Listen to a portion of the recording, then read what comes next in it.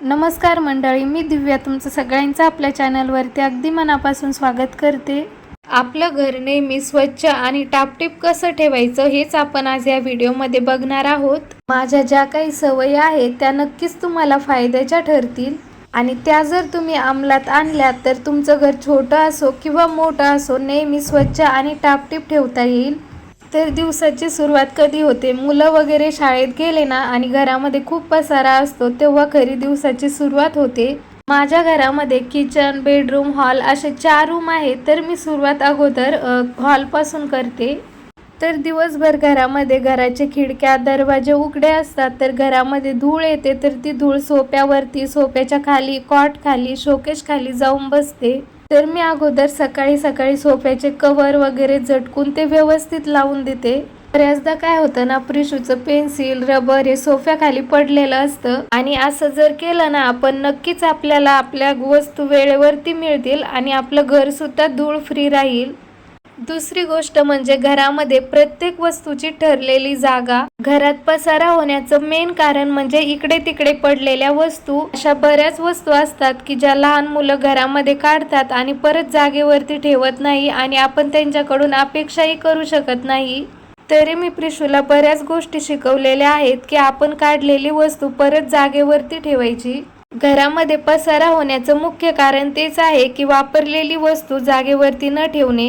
त्यामुळे घरामध्ये तुम्ही इतर लोकांनाही तशी सवय लावायची की जी वस्तू घेतलेली असेल तर काम झाल्यानंतर ती वस्तू तिथेच ठेवायची आणि प्रत्येक वस्तूला प्रॉपर जागा असावी, म्हणजे आपल्याला त्या वस्तू वेळेवरती मिळतात। घरामध्ये आपल्याला कोणा एखादी वस्तू मागितली तर आपल्याला विचार करायला नको, अरे कुठे ठेवलेली असेल। वस्तूला जागा असेल ना तर आपण पटकन काढून देऊ शकतो किंवा सांगू शकतो की तिथे आहे।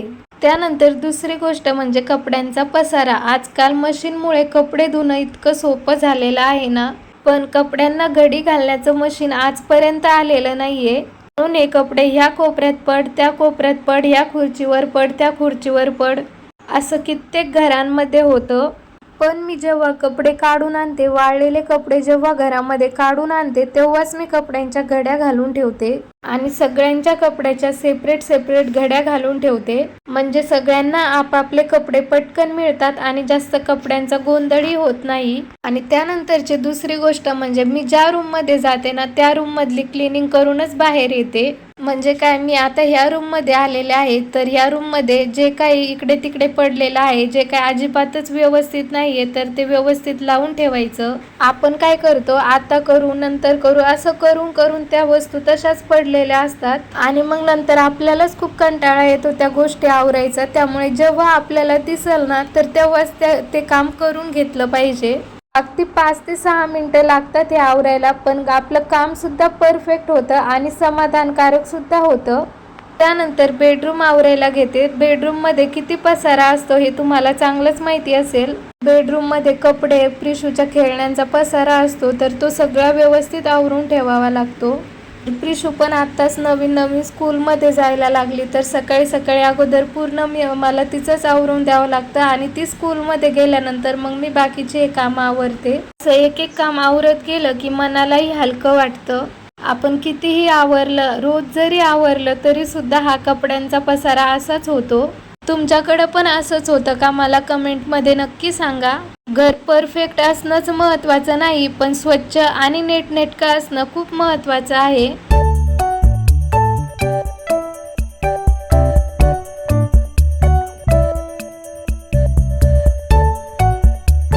पण जेव्हा मी घर क्लीन करायला घेते तेव्हाच बेडशीट, झाड झटक हे तेव्हाच करून घेते आणि नक्कीच ते खूप फायद्याचं ठरतं आणि दिसायला सुद्धा खूप छान दिसतं आणि यामुळे आपला वेळ सुद्धा खूप वाचतो। तर बघा, अशा पद्धतीने मी पूर्ण बेडरूम क्लीन केली। त्यानंतर आज मला हे सर्व पिलो कवर धुवून काढायचे होते, तर मग मी ते सर्व पिलोंचे कवर अगोदर काढून घेतले। तर मी असं करते की एक दिवस पूर्ण घरातले पिलो कवर धुवायचे, एक दिवस पूर्ण घरातील बेडशीट धुवायचे, त्यानंतर एखाद्या दिवशी पूर्ण घरातील खिडक्यांचे पडदे धुवायला काढायचे। तर आपण असं जर एक एक कामं करत राहिलो ना एक एक दिवशी, तर आपल्याला एकदाच पूर्ण काम करण्याचा लोड येत नाही। आपण जर सगळं एकदाच धुवायला काढलं की आपल्याला मग खूप कंटाळा येतो धुवायचा आणि मग आपल्याकडून ते काम सुद्धा व्यवस्थित होत नाही। त्यामुळे असं एक एक काम करत राहायचं। त्यानंतर आता शेवटचं काम असतं माझं किचन क्लीन करायचं। पूर्ण घर जेव्हा क्लीन होतं त्यानंतरच मी किचन साफ करते। ऑलरेडी घरातील सर्व रूम क्लीन आहे, फक्त किचन राहिलेलं आहे, तर मग त्यामुळे थोडं रिलॅक्स वाटतं। किचन क्लीन झाल्यानंतर सगळं घर एकदम क्लीन आहे, तर हा लुक बघायला मला खूप आवडतं। त्यामुळे मी सुरुवात अगोदर हॉल पासून करते आणि शेवट किचन मध्ये करते। आणि आता बघा हॉल आणि बाकी सगळं क्लीन आहे, तर अशा वेळेस जरा अचानक कुणी पाहुणे आले तर ते अगोदर हॉलमध्येच बसतील, डायरेक्ट किचनमध्ये येणार नाही। आणि पुढे काही चहा पाणी काही घेतली तेव्हा येतील। आणि त्यांना जर हॉलच घाण दिसला तर त्यांना वाटेल अरे बापरे किती घर घाण ठेवते। आणि तोच हॉल जर स्वच्छ आणि नीटनेटका बघतील तर त्यांच्या मनामध्ये ऑब्व्हियसली माझ्याबद्दल चांगलेच विचार येईल। भांडी घासून झाल्यानंतर सकाळ असो या संध्याकाळ सिंक आणि घासण्या मी अजिबात स्वच्छ करायला विसरत नाही। भांडी घासून झाल्यानंतर त्या घासणीमध्ये चपातीचे कण भाताचे कण जाऊन बसतात आणि परत त्याच घासणीने भांडे घासायचे असं मला अजिबात आवडत नाही। त्यामुळे मी घासण्या दोन्ही टाइमला स्वच्छ करून ठेवते।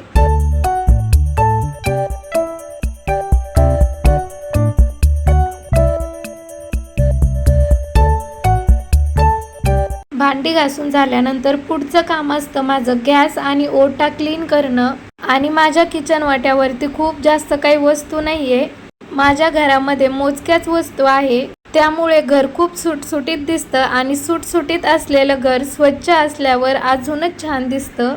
तर तुम्ही बघू शकता माझा ओटा पूर्ण रिकामा आहे आणि मला असाच ओटा आवडतो। माझ्याकडे जागा आहे म्हणून शोच्या वस्तू घेणं, कुंड्या घेणं, हे घेणं ते घेणं असं मला बिलकुल आवडत नाही। बघा जेवढ्या वस्तू जास्त तेवढी आपल्याला मेहनत घ्यावी लागते, त्याच्या पाठी मेंटेनन्स तेवढा द्यावा लागतो, त्यामुळे आपला त्यात भरपूर वेळ जातो। तर बघा सिंक साफ करताना बरेच जण ही सिंक मधली जी जाळी असते ती क्लीन करत नाही, तर ती जाळी पूर्ण अशी बाहेर काढून क्लीन करायला पाहिजे, कारण त्या जाळी खाली पण खूप घाण झालेली असते। तर मैत्रिणींनो, या छोट्या छोट्या सवयी जर लावल्या ना तर तुम्ही रोजची साफसफाई जर नाही केली तरी सुद्धा तुमचं घर स्वच्छ आणि नीटनेटकं राहील। तुम्हाला यामधली आधीपासून कोणती सवय आहे हे मला कमेंट करून नक्की सांगा।